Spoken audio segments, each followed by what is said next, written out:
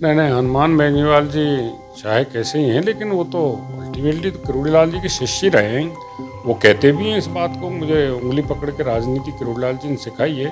सचिन पायलट जी बोल रहे हैं तो बोलने के लिए कुछ तो बोलना ही पड़ेगा, इसलिए वो बोले जा रहे हैं। अब उनका क्या ध्येय है उनके बोलने के पीछे, अब वो तो वही ज़्यादा अच्छे से बता सकते हैं कि मंत्री हैं या नहीं हैं। मंत्री थे, उन्होंने इस्तीफा दिया, स्वीकार नहीं किया।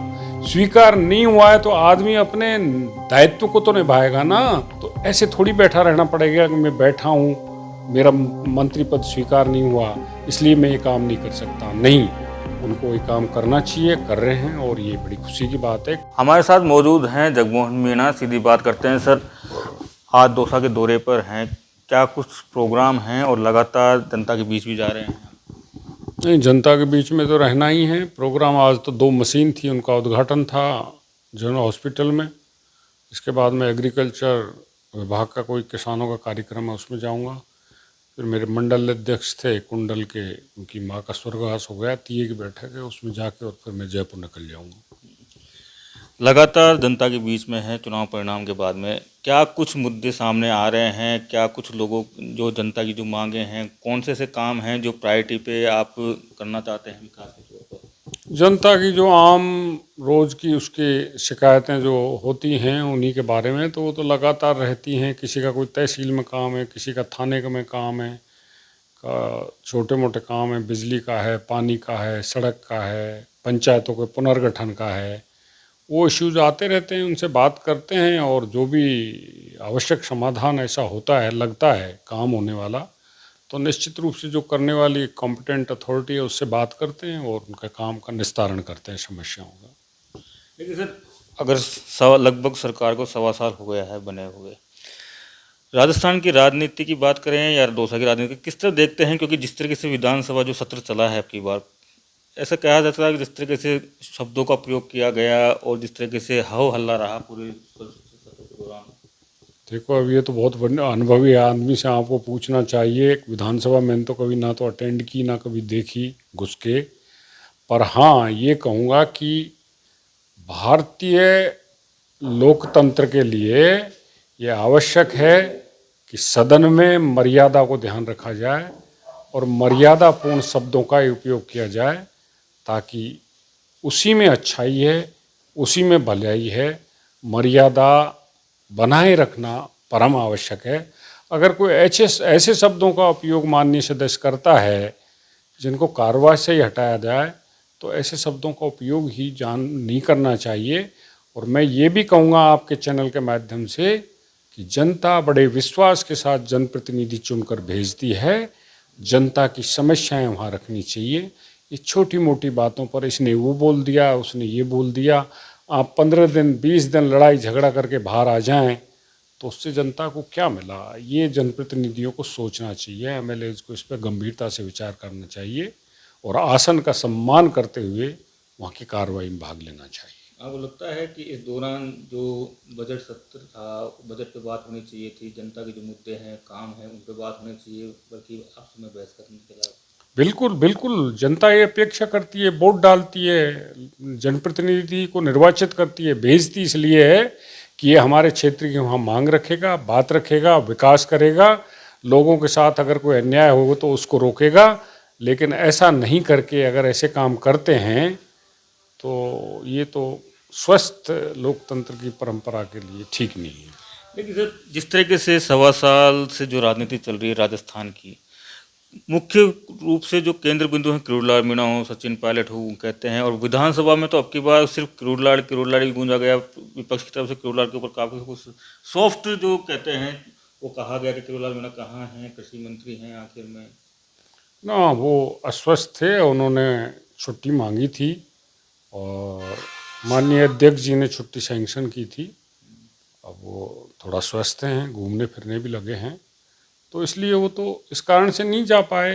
नहीं जाना और नहीं जा पाना तो सदस्य की अपनी वो है, और इसी कारण से वो सदन में भाग नहीं ले पाए थे कि उनकी स्वास्थ्य ठीक नहीं था। लेकिन इसको विपक्ष काफ़ी बड़ा मुद्दा बना रहा है कि क्या किरोड़ीलाल मीणा नाराज़ हैं सरकार से इसलिए नहीं आ रहे हैं। आप क्या कहना चाहते हैं विपक्ष को? किरोड़ीलाल मीणा आजकल अलग ही मूड में नजर आ रहे हैं, कभी तोते के साथ खेल रहे हैं, तो फील्ड में हैं लगातार वो। नहीं नहीं, किरोड़ीलाल जी कोई नाराज नहीं है, वो जनता को सुन रहे हैं, आज भी कार्यकर्ताओं को सुनते हैं जो जा रहे हैं, भीड़ रहती है, भीड़ को सुनते हैं। वो जो एक अच्छे पॉलिटिशियन को काम करना चाहिए वो काम कर रहे हैं। अब वो इतने चर्चित हैं, उन्होंने इतने काम किए हैं, उन्होंने इतनी लड़ाइयाँ लड़ी है, तो मेरी समझ में किरोड़ीलाल जी जब इस दुनिया में नहीं भी रहेंगे तो 20 साल तक तो कम से कम लोग उनको याद करते रहेंगे, सदन में भी और सदन के बाहर भी। लेकिन जिस तरीके से सर उनकी राजनीति रही है, संघर्ष किया है उन्होंने, लेकिन उसके बावजूद भी जो चर्चा है सर, सचिन पायलट हों या कांग्रेस के जो नेता हैं, वो हालांकि तीखा वार नहीं करते, सॉफ्ट वार जरूर करते हैं। किरोड़ीलाल मीणा को जो संघर्ष किया था वो नहीं मिला, कहाँ है, मंत्री पद पे हैं नहीं है, क्या है?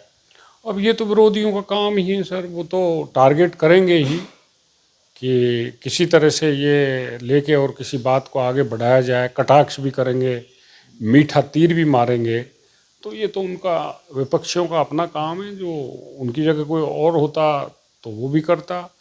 वो कर रहे हैं, इसलिए कर रहे हैं कि कुछ और उनको उत्तेजित किया जाए या कुछ किया जाए। लेकिन किरोड़ीलाल जी बहुत संजीदा पॉलिटिशियन हैं, वो हर भाषा को समझते हैं, आदमी के हर ध्येय को समझते हैं। वो ऐसे उकसाव में कभी नहीं आ सकते, और पार्टी लाइन पर रहने वाले आदमी हो, पार्टी के खिलाफ कभी नहीं जा सकते। लेकिन सवाल इसलिए भी उठ रहा है क्योंकि उन्होंने जो मंत्री के जो प्रोटोकॉल्स होते हैं, जैसे सरकारी गाड़ी हुई, टॉयलेट हुई, या जिस तरह से जो जो सरकारी आवास था वो भी हो गया है कि नहीं नीरस हो गया है, किस तरह के, इसलिए जो सवाल उठाया जा रहा है, क्या किरोड़ीलाल मीणा मंत्री जो प्रोटोकॉल होता है वो नहीं लेना चाहते, या कुछ क्या क्या सोच है उनकी? नहीं, एक्चुअली वो सुविधाभोगी नेताओं में से नहीं आते हैं कि सुविधा का उपयोग दुरुपयोग किया जाए, ऐसा उनके मन में कोई भाव नहीं है। वो इसलिए कारण से उन्होंने बंगले का जो अलॉटमेंट हुआ था उनका, वो खाली नहीं हुआ है। खाली नहीं हुआ है तो वो अस्थायी रूप से 3 नंबर बंगला हॉस्पिटल रोड पर अलॉट किया था, वो उसमें नहीं जाना चाहते, जर्जरित हालत में हैं।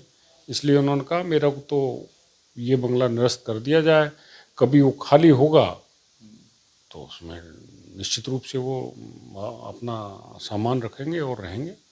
इसमें एक छोटी सी चर्चा सर ये भी आया कि किरोड़ीलाल में चाहते थे कि जो उनका पहले का जो निवास था सरकारी 2 नंबर का बंगला, जहाँ पर वो अस्पताल में जो पेशेंट्स के जो परिजन आते थे उनके लिए, क्योंकि सरकार में बुराई के पास था तब भी इसमें रसोई चलती थी, तो चाहते हैं कि वो 2 नंबर का बंगला एक बार फिर वापस मिल जाए।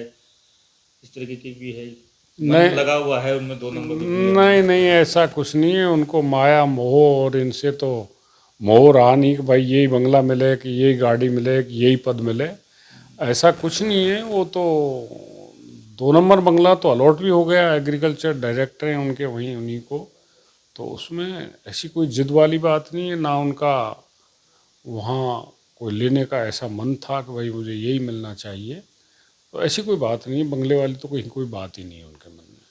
लेकिन सर फिर भी हनुमान बेनीवाल को क्या कहेंगे, क्योंकि जिस तरीके से हनुमान बेनीवाल किरोड़ीलाल के खिलाफ जो सवाल उठाते हैं, या यूँ कहा जाए कि जिस तरीके से दोनों नेताओं में जो आरोप प्रत्यारोप होते हैं, या सचिन पायलट जिस तरीके से कह रहे हैं, पहले किरोड़ीलाल मीणा कहते थे, अब सचिन पायलट कहते हैं कि मंत्री पद पे हैं नहीं है, एक्सेप्ट कर रहे हैं नहीं कर रहे हैं, किस तरह की राजनीति देखते हैं आप तीनों लीडर्स की? नहीं नहीं, हनुमान बेनीवाल जी चाहे कैसे ही हैं, लेकिन वो तो अल्टीमेटली तो किरोड़ीलाल जी के शिष्य रहे हैं। वो कहते भी हैं इस बात को, मुझे उंगली पकड़ के राजनीति किरोड़ीलाल जी ने सिखाई है। अब ये तो समय की धारा है, कोई किधर मुड़ जाता है, कोई किधर मुड़ जाता, अनेकों रास्ते राजनीति में छटते हैं।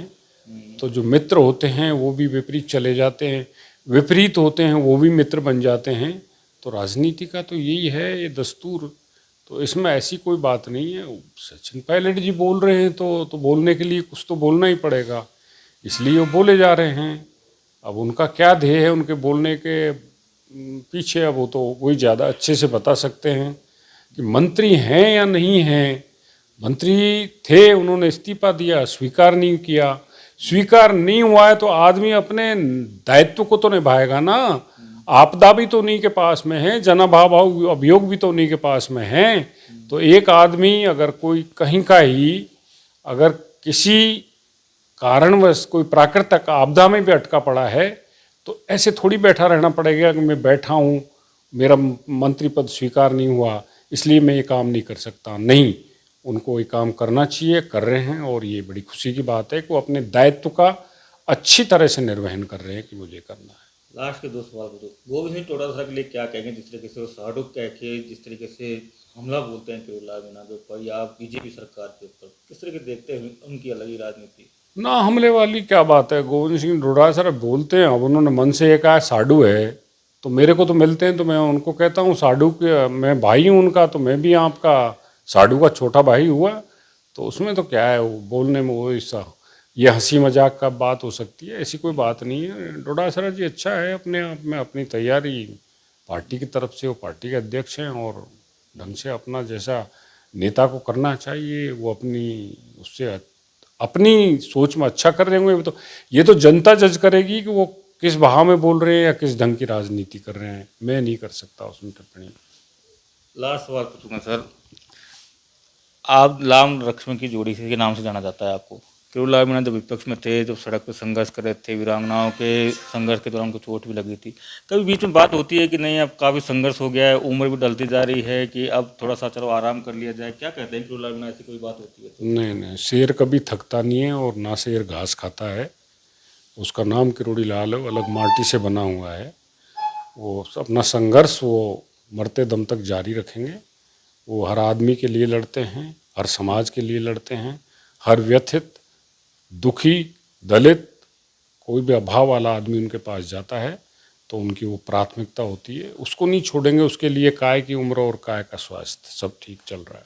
धन्यवाद बातचीत करने के लिए। तो ये थे बीजेपी प्रत्याशी जगमोहन मीणा, जिन्होंने साफ कहा है केवलाल मीणा एक टाइगर हैं जो जन दुखी लोगों के लिए हमेशा संघर्ष करते रहेंगे। संदीप मीणा, दौसा, राजस्थान तक।